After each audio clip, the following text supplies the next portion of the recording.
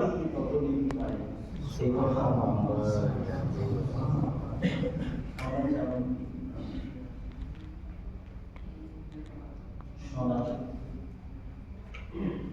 সদাচরণ দিয়ে মানুষ জান্নাতে সবচেয়ে দামি জান্নাত পায়। অবাক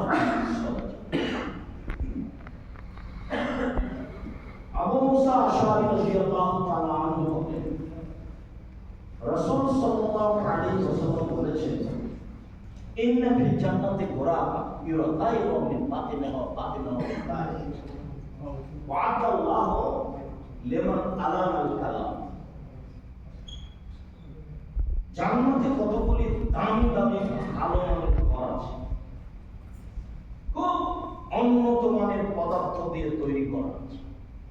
এত উন্নত মানের পদার্থ দিয়ে তৈরি, যার ভেতর থেকে বাহির দেখা যায়, বাহির থেকে ভেতর দেখা যায়।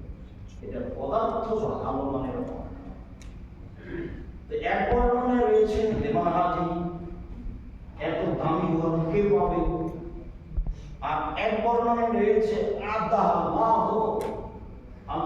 তাআলা সেটা প্রস্তুত করেছেন যার সদাচরণ, যার আচরণ ভালো থাকে। তবে অত্র হাদিসে আরো তিনটা কথা আছে।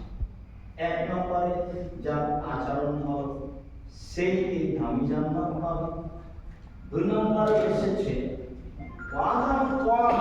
দুস্থ গরিব ফকির মিসকিনকে যে খেতে দেয় সে পাবে।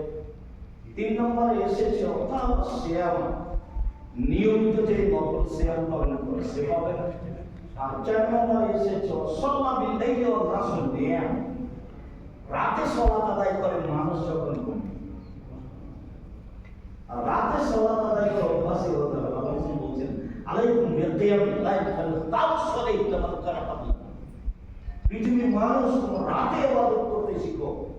এটা হলো পূর্বের পরহেজগার সালেহ সিদ্দিক সহ তার নবী রাসূলের কাজ।